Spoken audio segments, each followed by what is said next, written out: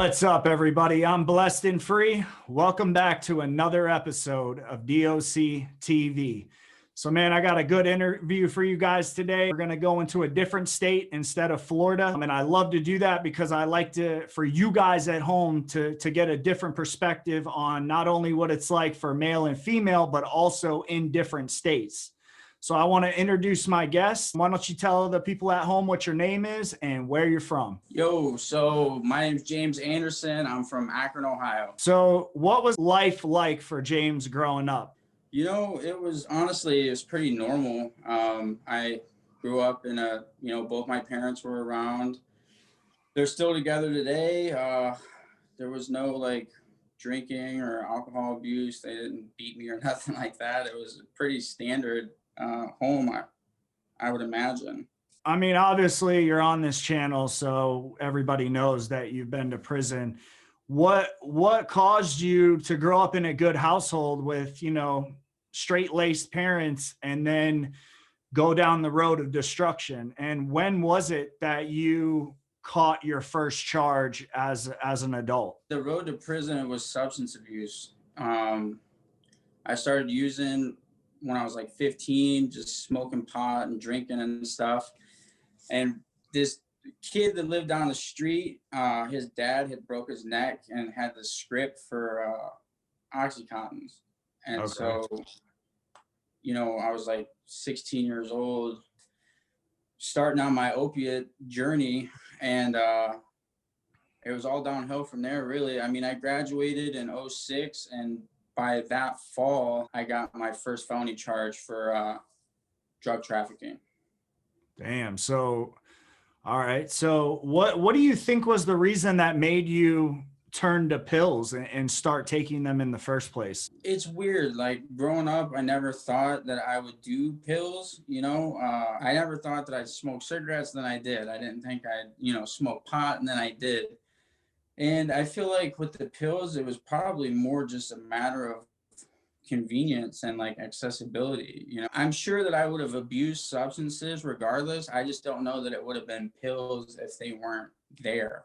Right. And back in that time, man, that's when the pill mills were popping off. And it was nothing for, an 18-year-old kid to go into a doctor and leave there with 400 or 500 pills, all different kind. When you got the trafficking charge, what was how did all that go down? It was weed. My first one was weed. And I got pulled over by a statey. I picked up a quarter pound and sold all of it, but 22 or 23 grams. And earlier in the night, somebody had traded me Adderalls for some weed, and I totally forgot I had them. And I got pulled over for a taillight on my way home. I lived 5 minutes from the house I was at. And he's like, I can smell weed. What's going on? And I'm like, no, there's nothing in the car. I had it hidden down my pants. And he's like, get out. I'm going to search you. Searches me. And the first thing he does is reach into my jacket pocket. And I totally forgot about those pills. And he pulled those out, and that was it. He knew. So damn. So then you got arrested. You go to jail. This is your first time going to jail, was from behind this? Yep, 18 years old. Take me through that day, because I know when I first went to jail, you're learning the whole lingo, how everything moves, so how was that for you? And what state did you go to jail in? Ohio. Okay. So, yeah. So how was that? Give me your first week to 2 weeks. What did you experience when you were in there? I mean, it's such a culture shock. Yeah, for real. I was a kid, man. I was 18. I didn't know anything. I'd never been in trouble. That was my first charge ever. I had a felony 3 possession and a felony 4 drug trafficking. I'd never been in trouble before. And so you went big, huh? Yeah. So I'm in county and going through the whole processing, getting booked for the first time. And, I don't know why I wasn't in general population. They had me in a more max block. And we'd each get let out like an hour a day. And like, I remember this dude being like, hey man, and he was like trying to get me to eat this break that he had. And I had no idea what a break was yet. And this dude had it like in a Doritos bag, folded up on his light in his cell to keep it warm. And he like, he opens this thing up. He's like, here, you want some? And I'm like, oh, What no, did you call it? What did you call it? a break? So in Florida, we call that a brick. You're talking about the goulash that they make into a brick. Yeah, that's crazy. It's crazy how different states have different names for it. It's all the same thing. It's a bunch of chips, soups, and whatever Yeah. else they throw in it. So did you notice like any, like when was the first time when you were in jail that you were like, you know, you saw some violence or you had got into some situations that were violent? So for me, like the county was never really an issue. Like years later in prison was when all the crazy shit popped Yeah. off. You Do know, they segregate younger people in your county or in prison in Ohio? Like have like a under 21 dorm? no. No, it's all, you're just in there with everyone. Yeah. So 18, Okay. I'm in there with like all the people Like, who've been, you know, this is their fifth, sixth fucking time down. yeah. And I'm in there like a, you know, scared kid who doesn't know what the hell's going on. Did you feel like when you were in there that any of the older guys or the convicts that had been in and out before were trying to like run game on you with certain things? Not in county. Well, so yeah, in county they would try to, like a dude tried to rob me. I got commissary, and I remember he came into my cell and tried to rob me. Like And give it up type shit? yeah, he like was legit like run that shit, check that in, check that in is what he said. Check And that in, check that into this cell over here. Like what the, and the only thing I knew was like, don't fucking roll over and like give your shit up. yeah. So I'm like prepared to fight this kid, and I have no idea how to fight. like, like I'm like honestly, I was like terrified. I'm, you know, I'm a kid. I've never fought, and this dude's like, check that shit in, and I'm like, what is happening? So what happened with that? Did you like, what did you say then? This is a dude that like I played poker with every day. So like Oh, okay. So I'm you like, were dude, cool with the dude, and then all I of a thought I sudden, was. yeah, no, he probably lost all his money on the poker table and needed your shit. Probably he thought I was gonna be an easy target, and I'm like, dude, no. And so he ended up not fucking doing nothing.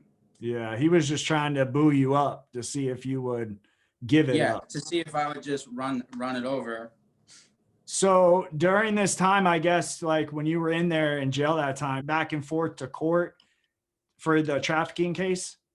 Yeah, so I ended up getting bond, and then got felony probation. Okay. And I did felony probation for, I don't know, about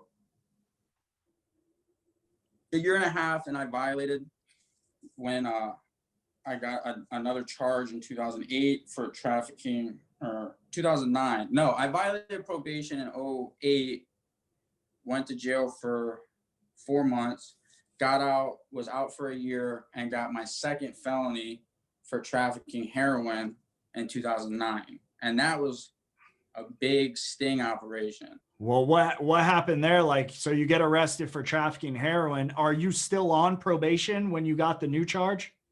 Yeah. And so And then, you VOP'd with a trafficking heroin charge. yeah, so I'm on paper for trafficking. I got another trafficking, and this time it was the drug task force who set me up, like literally boxed me in on a one-way road, like 4 doors blow open on the car in front of me and the car behind me. I don't know what's happening. They have like masks, like rifles and shit. Damn, bro. So were you doing the heroin and addicted to heroin when you got this charge? Yeah. And you were kind of moving and shaking some other heroin so you could do your shit for free type shit? Yeah, I mean, I was like making money, but it was more to support my own habit. Yeah. And the reason why I ask is because, you know, in Florida, for me, when you go to jail and prison, you always hear everybody say they were a dope boy, this made big money.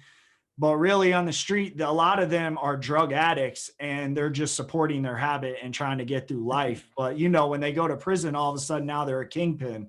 So that's why I like to bring people on this channel, because I don't discriminate. And I think this needs to be talked about more, because there's a lot of people that are in addiction and they don't know how to get out of it. So, props to you for opening up and coming on the channel and talking about that. Now, how much time when you went to court were you looking at when you got popped for the trafficking heroin charge? It was a felony for aggravated trafficking. And so I think it was 18 months for that. And then I ended up, the first felony, they reduced it. They dropped the 3 and reduced my 4 to a 5 because it was my first time in trouble. So I ended up having a felony 5 on my record. So if they wanted to revoke my probation, I could have done like 2.5. But I ended up doing 8 months for that. And 8 months in county? Yeah, which was terrible. And they put me back on probation. Damn, you kind of got a sweet deal, man. In Florida, they have a minimum mandatory when you get caught with trafficking. Like if I get busted with, let's say 50 oxycodone pills, like I have a minimum mandatory 3 years day for day. Yeah, so we don't have that here. Yeah, I need to move out to Ohio. All right, so did your family get you a private attorney when you were going through all this? So the first time, my first felony was a public defender. My second felony, I had a shit ton of money saved from selling dope, and I had a car that I sold. So we sold my car and took the money, and I got a private attorney for my second charge, which was a complete waste of money, because essentially in court, she was like, yeah, this is what me and the prosecution talked about. And they were like, no, we didn't say that. and so I'm looking at my attorney, and the judge is like, well, let me hear from the defendant. And I ended up having to essentially like plead my own case, and, gave her the old, like, I'm a drug addict. Like I need help. Yeah, I need help. And at the time, like, I wanted help, Yeah. But when I got out, I was in trustee because I was in county so long. I met some people, and I met a dude in county whose wife was dying from pancreatic cancer. So when I got out, she had all the oxys, all the morphine. Damn. And so like I was plugged in to start selling shit right away. When did you finally end up going to prison, and how did that all go down? 2011, I got a third trafficking charge for dog. Yeah. Jesus. So the second one and the third one, people who I thought I was close with wore wires on me. And the third one was Opanas. I sold a bunch of Opanas.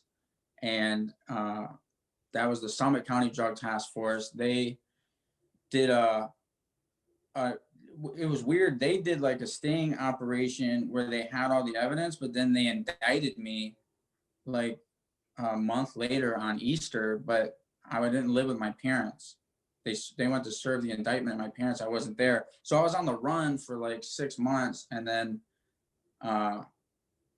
literally I was like hanging out in this park one day waiting for my girlfriend to come pick me up, and somebody called the police on me for just being in this park at like noon on a Friday.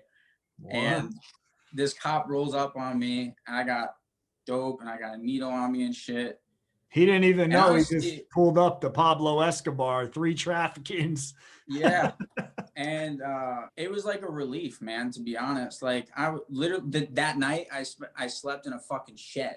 That's how a lot of people are, man. I can remember, like, when I was doing life of crime type shit, and in my head, I was like, well, I'll stop when I get arrested. And that was like, and then beyond that though, it was, hustle, get money, and do shit. You know what I'm saying? So when he got you, like how long did you sit in county this time before you actually took a prison sentence? I was probably in county for like 45 days doing the court shit. They revoked probation and sent me down for the max on that felony for 18 months. And fortunately for me, Summit County ran that third felony that I got. They ran that concurrent with my second felony from 09. And so I only had to do 18 months. All right. So you're in county jail. I'm assuming they come and wake you up and transport you to prison. Yep. What prison did you end up going to in Ohio? I went to North Central Correctional Institution. But like we have a reception prison that you have to go to in Lorraine. So like first you go to Lorraine and they kind of like run you through the system. And I was there for like 45 days. And that one's like locked down all day. Right, right. And then you get your parent institution while you're in Lorraine, and then they ship you down to where you're going to do the rest of your time.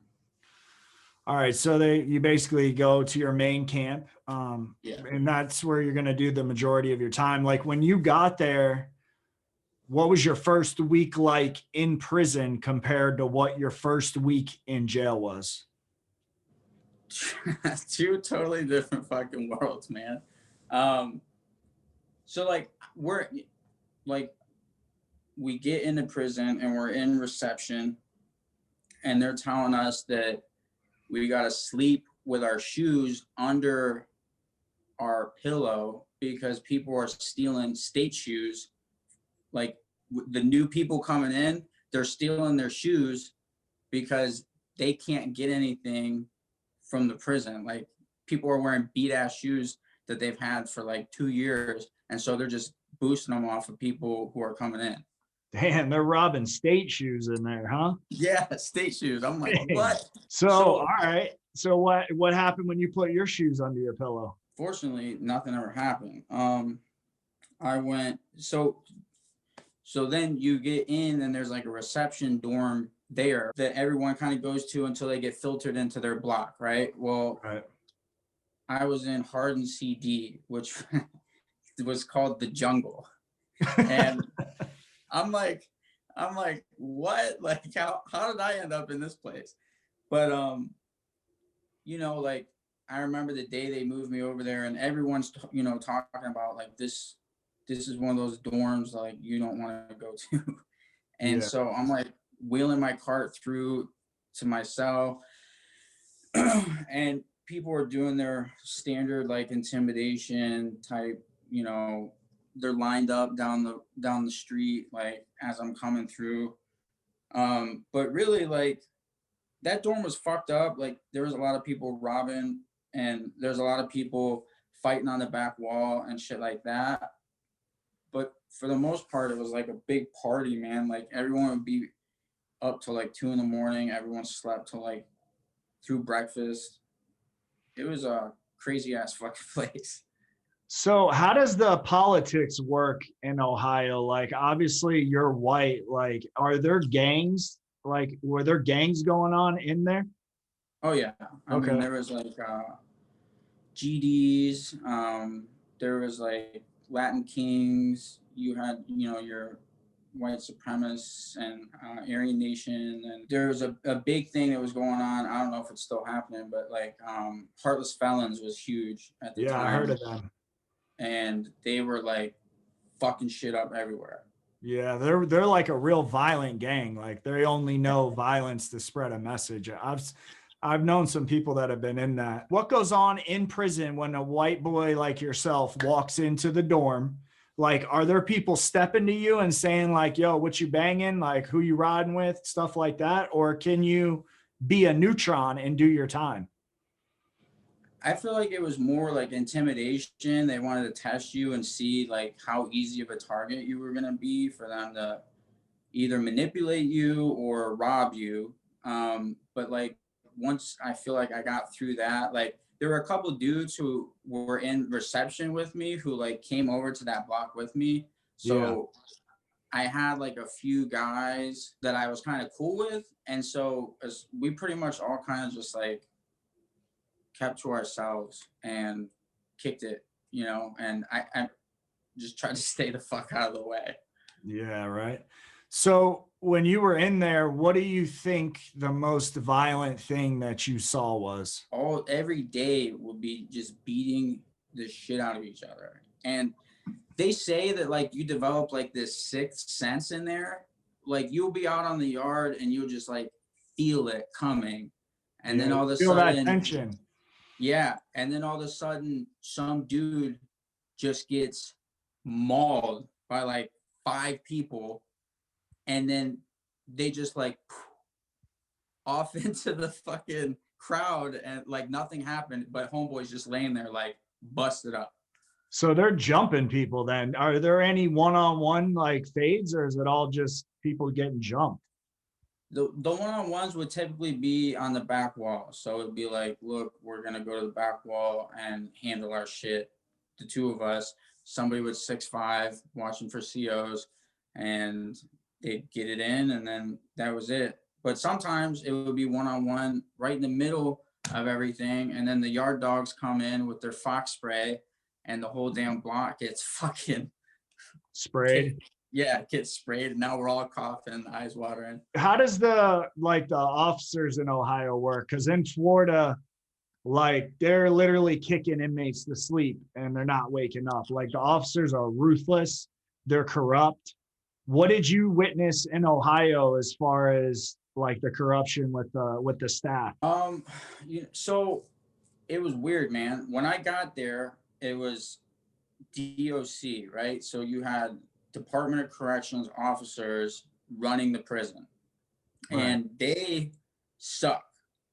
They were the ones who would be like, all right, they'd pull you out onto the yard and be like, all right, cuffs off, let's do it.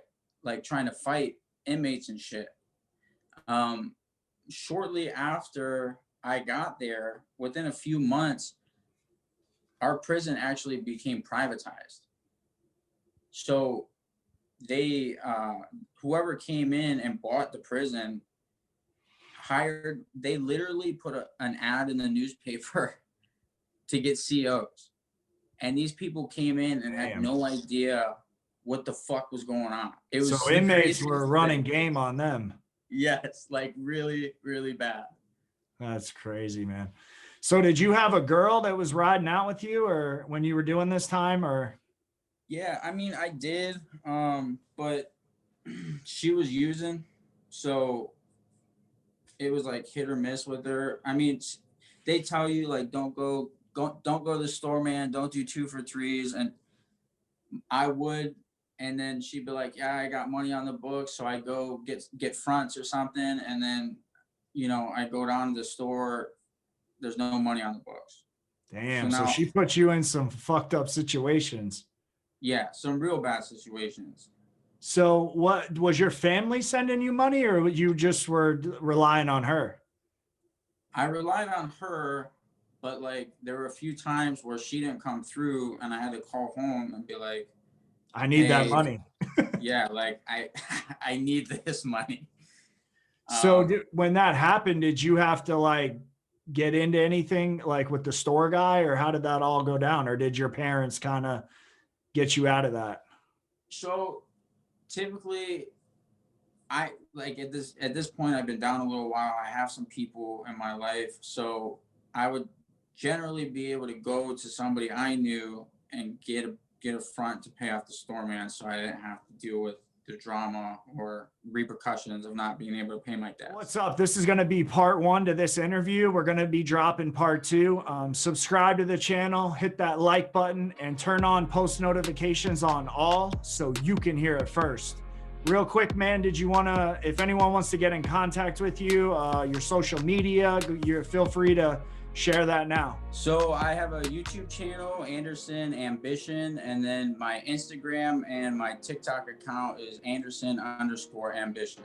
All right. And I'll link that for the people watching in the description. So you guys will be able to check that out if you want to. But anyways, thanks for tuning in, man. We're going to be back with part 2 dropping soon. And with that, it's DOC TV and we're out.